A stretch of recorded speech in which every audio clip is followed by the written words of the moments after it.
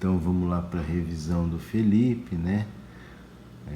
Matéria de ciências. O ar é constituído por 78% de nitrogênio, 21% de oxigênio, o resto é CO2, H2O, alguns gases nobres e algumas partículas em suspensão.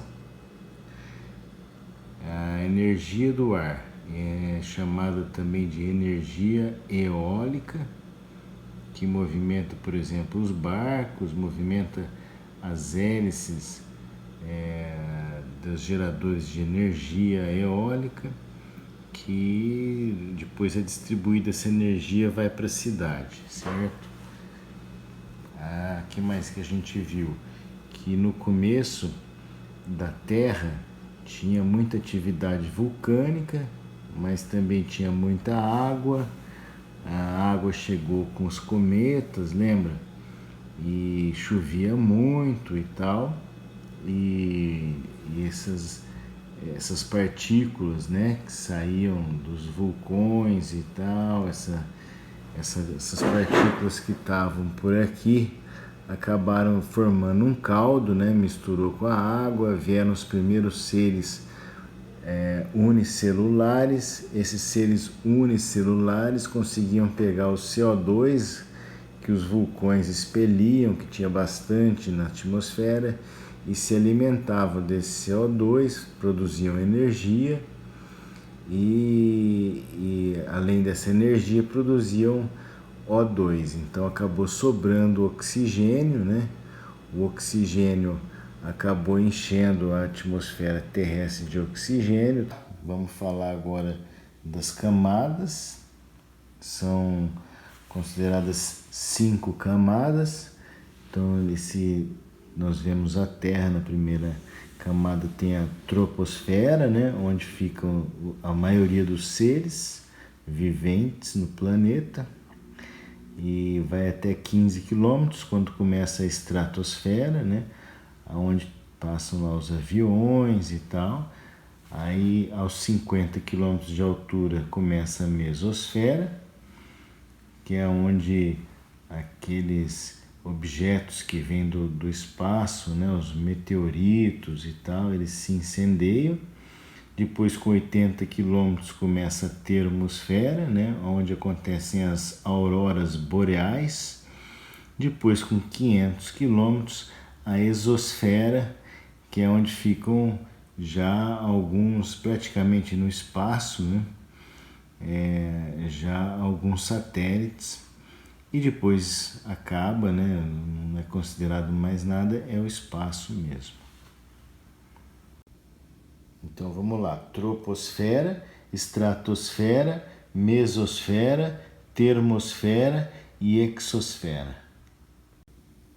Depois nós fizemos esse desenho, né, que é para ilustrar aí os agentes que colocam partículas, né, em suspensão e fazem CO2 e produzem CO2 e colocam coisas na atmosfera, o que pode gerar um certo aquecimento e uma desregulação, né?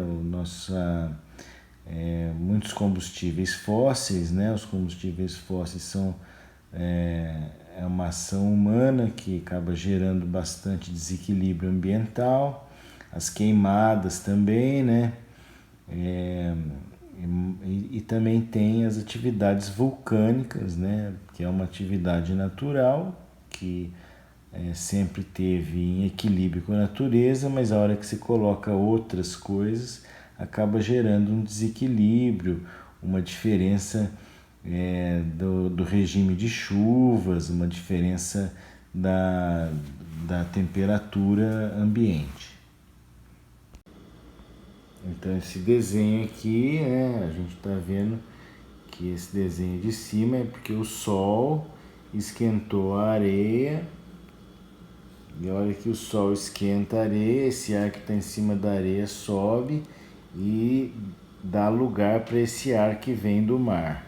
Então a brisa vem do mar para a areia de manhã.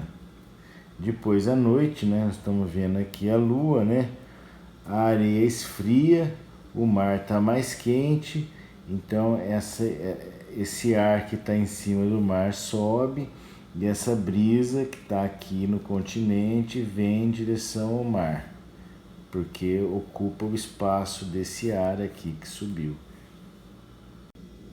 Depois temos esse desenho aqui, né? Temos lá uma nuvem, essa nuvem se movimenta, né, da esquerda para a direita, e o ar também está se movimentando da direita para a esquerda. Isso gera um atrito da nuvem com o ar, e esse atrito acontece que acaba a nuvem ficando carregada e uma hora carregada eletricamente, e essas partículas elétricas acabam tendo que descer para a Terra. E elas descem em forma de raio, dá uma grande explosão, sai um som muito forte e chega até esse menino aqui, ó. E esse menino, a hora que ele tá aqui, ele já vê o raio bem na hora que o raio cai, mas o som demora mais, né? Porque a velocidade do som é menor do que a velocidade da luz, né? Primeiro ele vê a luz saindo e depois o som chega depois, certo? Depois esse desenho aqui é para dizer que a hora que a gente está aqui em Campinas, ó, a gente está com uma pressão atmosférica menor do que quando a gente vai para a praia, né? A gente desce a serra, né? E chega até a praia aqui, a gente tem uma maior pressão atmosférica. Né? Por isso que quando a gente está na serra, o ouvido parece que entope, né? Porque há uma diferença de pressão, aumenta a pressão do ar e o ouvido dá aquela entupida. Aí a gente precisa ou bocejar, ou a gente precisa dar uma engolida seco também, resolve o problema, certo? Isso é porque, tá vendo? Tem aqui, ó, uma distância maior, aqui, ó, mais atmosfera até lá em cima, ó, tá vendo? Ó, veja a diferença da coluna de ar que tem aqui em cima. Então isso acaba fazendo uma pressão maior na pessoa que está aqui embaixo. E por fim nós vamos falar aqui do nome dos ventos, né? O ventinho mais fraquinho é a brisa, né? Dá uma movimentadinha aqui, ó, nos coqueiros, nas folhas dos coqueiros. Depois tem o ventos alísios, né? Que é aquele vento que já dá para empinar uma pipa, né? Depois a gente vai para os furacões, né? Que é mais ou menos acima de 120 ventos, acima de 120 km por hora. Eles acabam formando um rodemoinho, né? E depois o tornado, né? O tornado já é mais uns ventos de 300, 400 km por hora, um rodemoinho super violento, né? E muito perigoso também.